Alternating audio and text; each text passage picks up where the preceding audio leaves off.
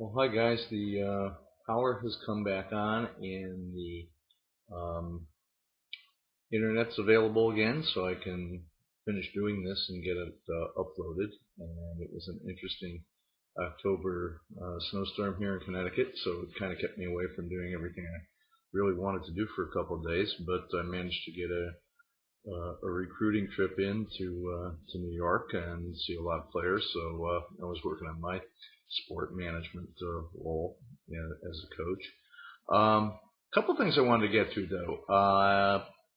Survived week one. Thank you very much for everybody chiming in on the discussion board. I really appreciate that. I haven't gotten back in now. It is just early Monday evening, so I really haven't seen anything that's gone on since Saturday afternoon.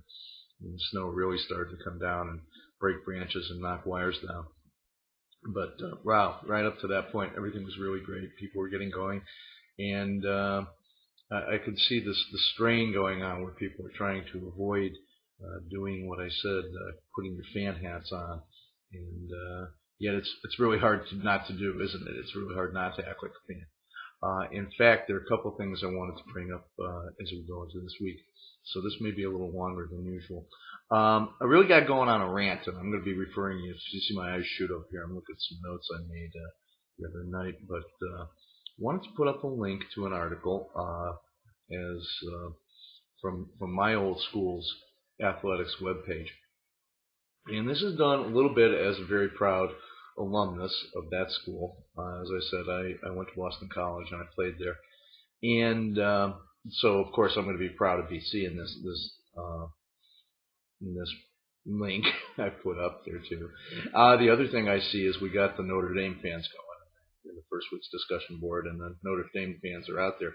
And it made me start thinking about some very interesting things in terms of sport, the passion we have for sports, how economics of sports has filtered down into the college level, and I just wanted to look at a couple things.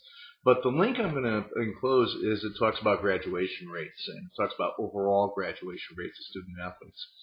And every year I see this. It's a news release. It shows which D1 schools have the highest graduation rates. And as I said, every year it seems like it's the same group of five that keep showing up, the same usual suspect. It's maybe not always the same, but there's this group, and they kind of change positions from 1 and 2. And this year Notre Dame's number 1 and BC's number 2, and the service academies are in there, and Northwestern and Duke, and they're always up there. And what's really interesting as I speak to you, Notre Dame's football team seems to be doing a little bit better this year than the few disastrous last few years they've had. BC in the Matt Ryan era recently has been very good, and suddenly this year they're very bad. 2-6 at the last reading. Northwestern hovers around the middle of the Big Ten. Duke, they just wait for basketball season to start. That's why they play football. But it's really interesting because some commentators have said that you can't be a national title contender in football if you maintain high academic standards like all these schools do. And yet Duke's a dominant basketball school, clearly, right?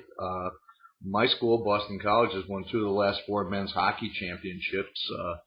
ND is a really powerful basketball school. ND actually started this season number 1 in the hockey poll, and they've since been overtaken by my beloved Boston College Eagles. So order has been restored. Both Boston College and Notre Dame are in the top 20 of men's and women's soccer. Duke is a lacrosse monster. ND has the number 1 preseason ranking in women's hoops.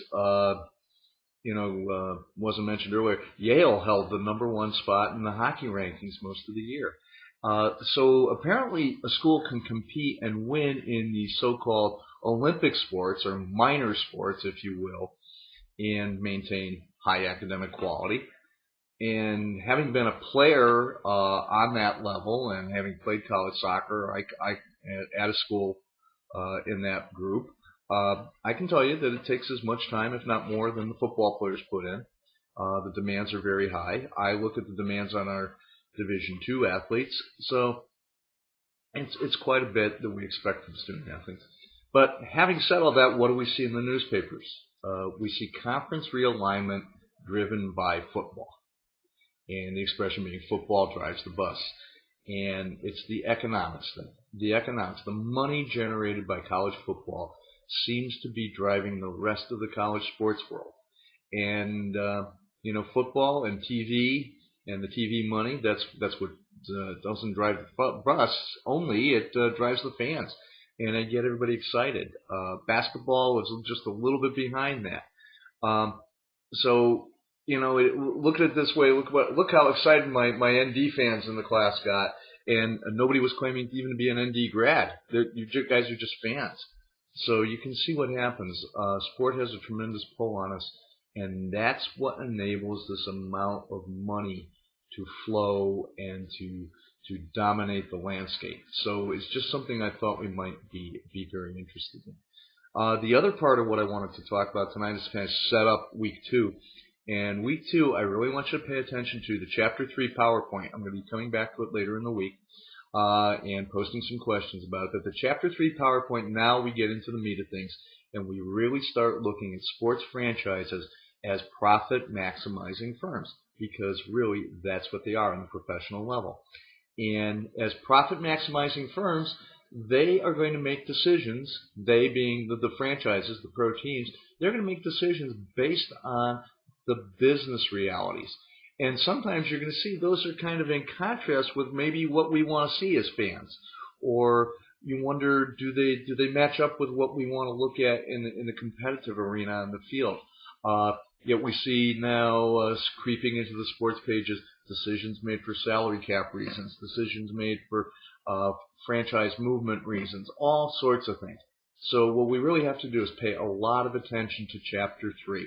It's very, very crucial because it explains the sports franchise in terms of the profit-making firm that we learned about. So this is now we're venturing into really microeconomics. So a lot of the terminology you see will go back to your microeconomics courses and what we learned about the economics of the firm. And I'm going to be reapproaching that later in this week. So here's my hasty effort at getting a video put up and made so we can get week 2 off to a better start.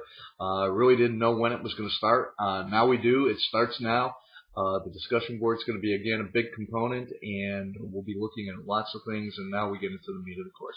So thank you very much for your efforts in week 1, and I hope we continue it all, and I'm looking forward to working with all of you. Thank you very much.